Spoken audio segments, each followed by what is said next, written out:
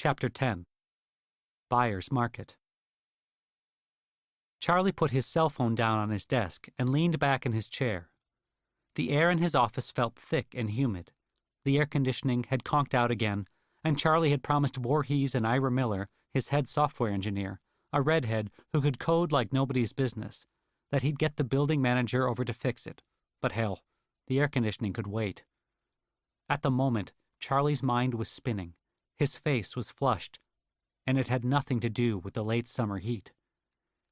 He'd just gotten off the phone with Cameron for the 3rd time that afternoon, the 8th time that day, the 15th time in the past week, and he could tell from the conversation that the twin wasn't even near done making this particular type of call yet, which was entirely insane.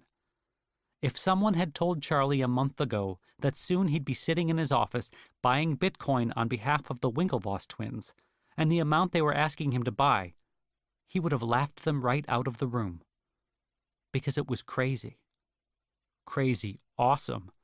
Not only had Charlie begun purchasing Bitcoin for the twins, but he and Voorhees also had actually shown them how to set up a Bitcoin wallet, acting as their guides and educating them on how the Bitcoin economy worked. Through that, the twins had also learned how BitInstant worked and how Charlie was about to change the goddamn world. At the moment, Bitcoin was still far from mainstream.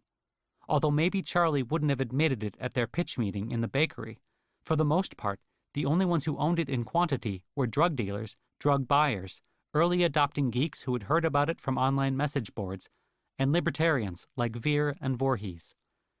For Bitcoin to work and for BitInstant to become Apple, mainstream Americans had to get into the cryptocurrency game.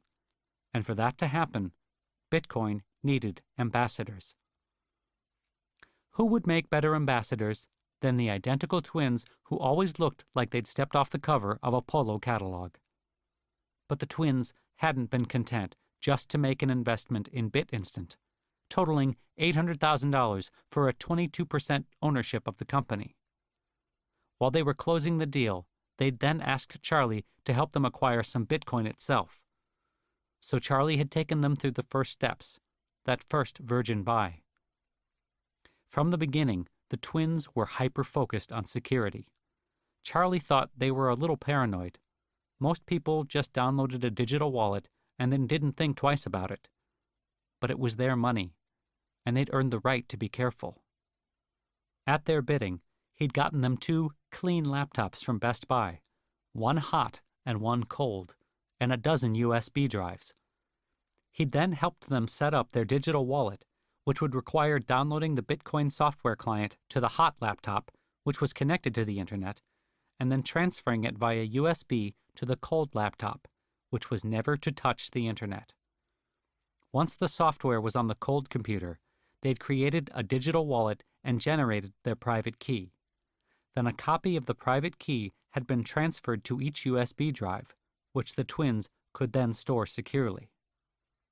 Cameron had done his initial diligence on BitInstant by trying to purchase $100 of Bitcoin through the service.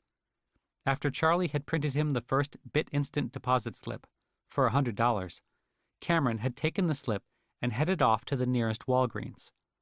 At that moment, BitInstant had a deal with both MoneyGram and SoftPay, which meant between the two, they had a network of 10,000 stores that could take their business.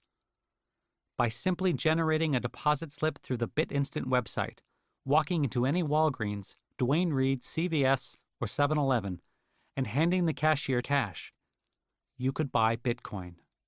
In fact, it had become a joke around the crypto community that if you bought your first Bitcoin with a red phone, you were a real OG.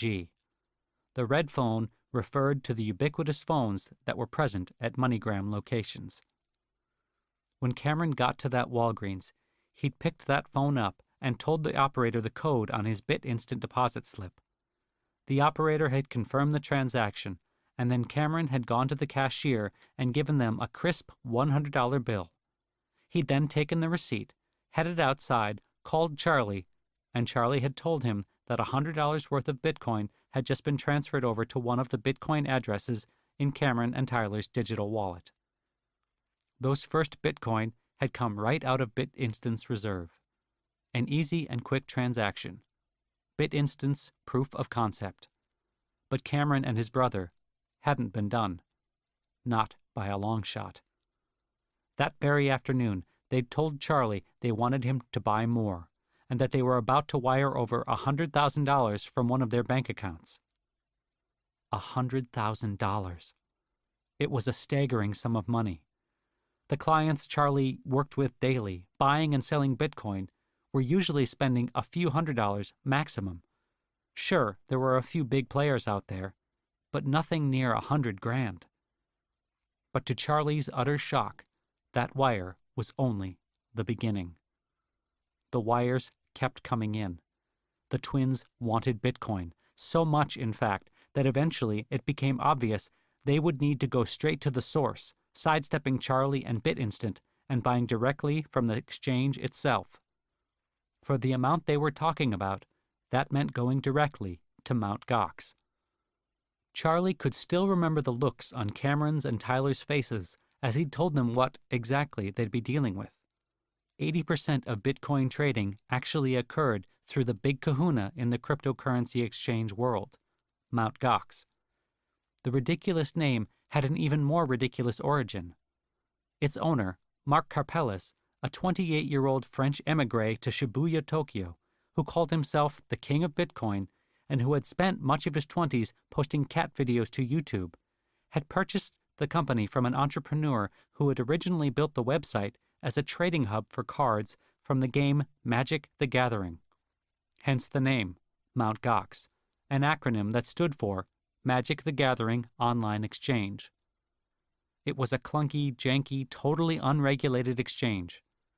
Although millions of dollars in Bitcoin were traded on the exchange daily, there was no regulatory oversight at all. Worse yet, on average, it could take more than 6 days to get your money in and out. Nonetheless, with the size of the investment position the twins were looking to take in Bitcoin, Mt. Gox was the only choice they had. Charlie had already put $750,000 of Cameron and Tyler's money into Bitcoin for them, and the twins' hunger for the virtual currency had not subsided. If anything, it had grown. So they would have to go directly to the Japanese-based exchange, open their own account, and become customers, which meant new headaches. To wire that kind of money to Mt. Gox, there were hoops they'd have to jump through. First, they had to scan their passports and mail physical legal documents to Japan, actually to a P.O. box in Shibuya. Once their information made it over the ocean, they would still have to wait weeks for it to be processed, because the onboarding queue at Mt. Gox was so backed up. Luckily, because BitInstant was one of Mt. Gox's biggest customers, Charlie had a personal relationship with the French entrepreneur and was able to speed things up for the twins. Karpeles was obese, difficult, and utterly strange. The man would disappear for days at a time, yet he was also a control freak and micromanager who wouldn't let anyone else help out with even the most mundane parts of his business. He was still obsessed with cats and had a penchant for manga comics. Charlie pictured him in his office late at night, the neon of Tokyo flashing through the cracks in the drawn window shades behind him, a purring cat on his lap, a croissant in his pudgy hand. But Charlie had never actually met the man. He had only communicated with him over Internet Relay Chat, IRC. Once their accounts had been set up, the twins could wire their money directly to Mt. Gox and start buying Bitcoin on their own. And as far as Charlie could now tell, they were doing so at a furious pace, wiring $500,000 a week, maybe more, placing buy orders that were so large they could move the price of Bitcoin, a price that was now hovering anywhere between $10 and $20 a Bitcoin, if they weren't spread out over time. There was no doubt they were the biggest buyers of Bitcoin in the world. The twins were fucking whales. Charlie stared at the phone on his desk. His face was still flushed, and now there was sweat running in hot rivulets down his back. More than anything, he wanted to head over to the bakery and power up his makeshift vaporizer. He could use something to calm his mind. Minutes ago, Cameron had finally told him the twins' endgame. Their investment in Charlie and BitInstant, even their initial purchase through Mt. Gox, was really just dipping a toe, 2 toes, come to think of it, in the water. But they were about to put their feet in.